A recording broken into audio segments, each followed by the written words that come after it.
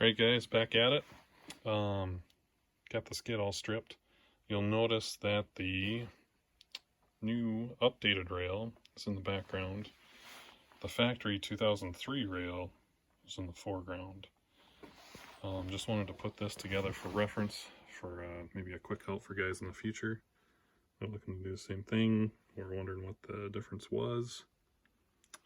Long story short, it looks like the differences come in the rear section. 2 points that I've seen. On the updated rail, this section here, there's more material compared to the factory. And also with the rails, they came new components to fit in this slightly revised window compared to this one. So it looked like from the factory, they're trying to add more back here on the updated ones, which makes sense.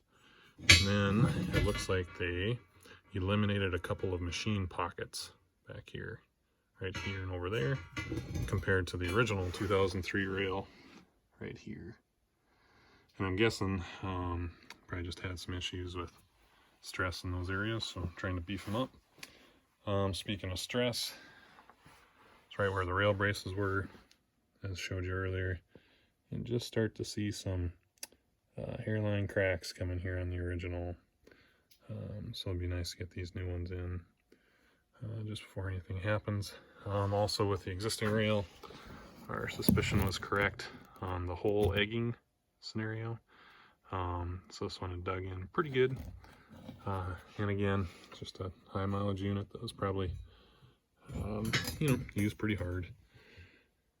So it'd be nice to have the new ones. The second thing, one thing to notice, the existing rail, when I press down on the back,